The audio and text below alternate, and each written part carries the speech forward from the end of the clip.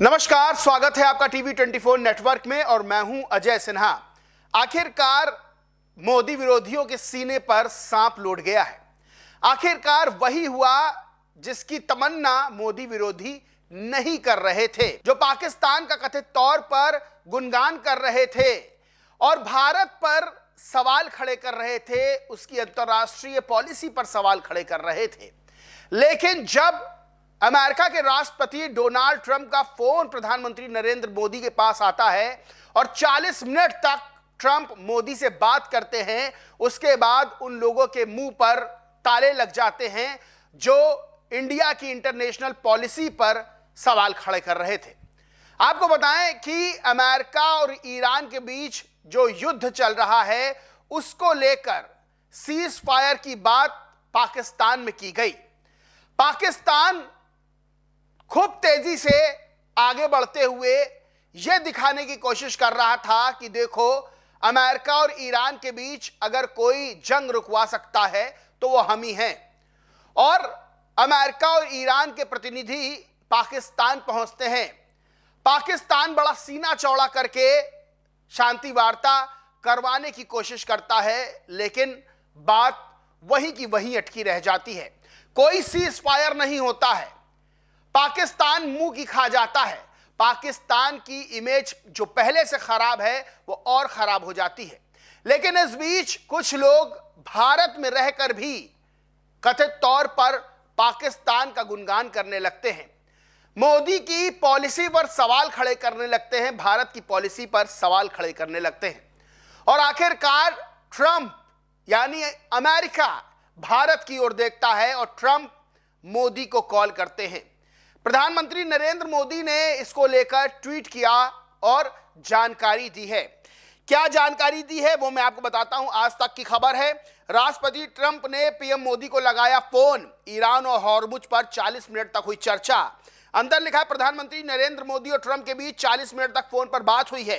प्रधानमंत्री मोदी और राष्ट्रपति ट्रंप के बीच ये लंबी वार्ता ईरान सीज फायर के बाद हुई है, इसलिए इसका और भी महत्व है। अभी हाल में ही पाकिस्तान की अगुवाई में हुई शांति वार्ता फेल हो चुकी है। इसके बाद ट्रंप ने पीएम मोदी को फोन किया है।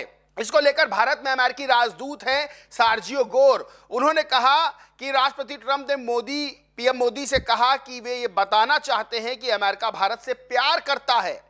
वहीं इस वार्ता की जानकारी देते हुए प्रधानमंत्री नरेंद्र मोदी ने एक्स पर क्या लिखा, मेरे मित्र राष्ट्रपति डोनाल्ड ट्रंप का फोन आया। हमने विभिन्न क्षेत्रों में अपने द्विपक्षीय सहयोग में हुई महत्वपूर्ण प्रगति की समीक्षा की। हम सभी क्षेत्रों में अपनी व्यापक वैश्विक रणनीतिक साझेदारी को और अधिक सुदृढ़ करने के लिए प्रतिबद्ध हैं। हमने पश्चिमी एशिया की स्थिति पर भी चर्चा की और हॉर्मुज स्ट्रेट को खुला और सुरक्षित रखने के महत्व पर जोर दिया है। बता दें, अभी सीज फायर की बात पाकिस्तान में हुई थी अमेरिका और ईरान के बीच, जो पूरी तरह से फेल साबित हुई है। ईरान और अमेरिका के प्रतिनिधियों ने 21 घंटे तक बात की थी, लेकिन उस बातचीत का कोई नतीजा नहीं निकला। और अब ट्रंप ने प्रधानमंत्री नरेंद्र मोदी को फोन कर दिया है। यानी उन लोगों के मुंह पे ताला लग गया है जो भारत की विदेश नीति पर सवाल खड़े कर रहे थे, जो चाह रहे थे जानबूझ के भारत अपनी टांग वहां अड़ा दे, जानबूझ के किसी ना किसी दिक्कत को मोल ले। लेकिन अब जब ट्रंप प्रधानमंत्री नरेंद्र मोदी को फोन करते हैं, 40 मिनट बात करते हैं, तब वो लोग कुछ नहीं बोलेंगे। आपको बताएं, जब पाकिस्तान में सीज फायर को लेकर बात हुई तो क्या ट्वीट किए गए थे भारत में कुछ लोगों की तरफ से, वो भी बताता हूं। आरफा खानम शेरवानी है, वो एक ट्वीट है, उसको रीट्वीट करती है, जिसमें लिखा है, क्या युद्ध थम जाएगा? दुनिया की निगाहें इस्लामाबाद पर टिकी हैं, भारत की नीति पर सवाल उठ रहे हैं।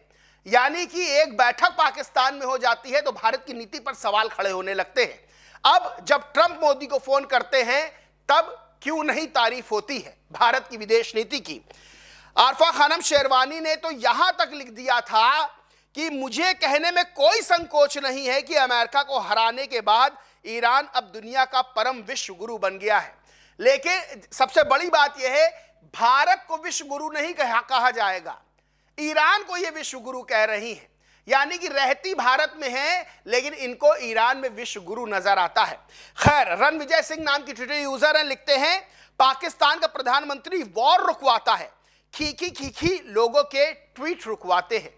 यानी कि इनका निशाना किस तरफ है ये बताने की जरूरत नहीं है। ये कह रहे पाकिस्तान का प्रधानमंत्री वॉर रुकवाता है। अब जब वॉर नहीं रुकी है, जब कोई सीज फायर नहीं हुआ है, तब ये क्या कहेंगे? ऐसे बहुत से ट्वीट हैं जो सवाल खड़े करते हैं कि लोग भारत में रहकर भी भारत की नीतियों पर सवाल खड़े करते हैं और पाकिस्तान की कथित तौर पर तारीफ करते हैं। अब आपको बताएं कि पाकिस्तान दरअसल क्यों बिचौलिया बनना चाहता था, पाकिस्तान क्यों ये सीज फायर का जो उसने ढकोसला दिया था ये क्यों किया था। एनडीटीवी की खबर है, लोन चुकाने के लिए लोन मांग रहा पाकिस्तान, यूएई ने मांगे $3 अरब, तो कहां हाथ फैला रही शहबाज सरकार। अंदर लिखा है, कर्ज के जाल से निकलने के लिए पाकिस्तान अब वैश्विक बॉन्ड मार्केट का रुख कर रहा है। फिलहाल पाकिस्तान के लिए सबसे बड़ी चुनौती यूएई का पैसा चुकाना और अपने भंडारों को खाली होने से बचाना है। दरअसल पाकिस्तान बहुत बड़े कर्जे में डूबा हुआ है और यूएई ने अपना $3 अरब पाकिस्तान से मांग लिया कि भैया हमको मेरा पैसा वापस कर दो। अब ये माना जा रहा है, ये कहा जा रहा है कि पाकिस्तान इसीलिए अपनी इमेज को ठीक करने के लिए, जो मंगतही इमेज है उसको ठीक करने के लिए उसने ये पूरा प्रोपेगेंडा किया कि अमेरिका और ईरान के बीच सीज फायर की बात पाकिस्तान में करवा दी जाए, जिससे इमेज चमके और लोग पाकिस्तान पर भरोसा करने लगे।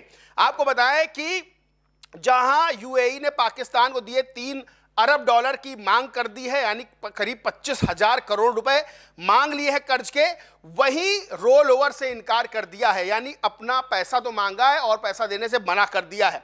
वही सबसे बड़ी बात यह है, यह भी खबर निकलकर सामने आ रही है कि पाकिस्तान चीन और सऊदी अरब से वित्तीय सहायता मांग रहा है और ये सूत्रों के हवाले से खबर निकलकर सामने आ रही कि जो पैसा चीन और सऊदी अरब से अगर कर्ज के रूप में मिलता है तो वो यूएई का कर्ज इन्हीं कर्ज के पैसों से चुकाएगा, यानी एक कर्जा चुकाने के लिए दूसरा कर्जा ले रहा है।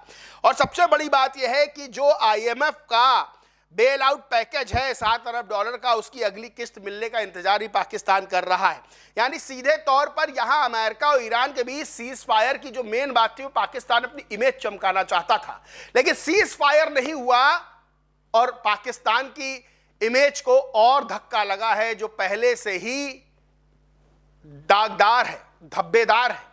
वहीं सबसे बड़ी बात यह है कि जो लोग भारत की विदेश नीति पर सवाल खड़े कर रहे थे, जो पाकिस्तान का गुणगान कर रहे थे, अब जब ट्रंप का फोन प्रधानमंत्री नरेंद्र मोदी के पास आ गया तब इन लोगों के मुंह पे ताले लग गए हैं। बड़ा सवाल यह खड़ा होता है कि क्या भारत में रह के ईरान विश्व गुरु नजर आएगा? क्या भारत विश्व गुरु नजर नहीं आएगा?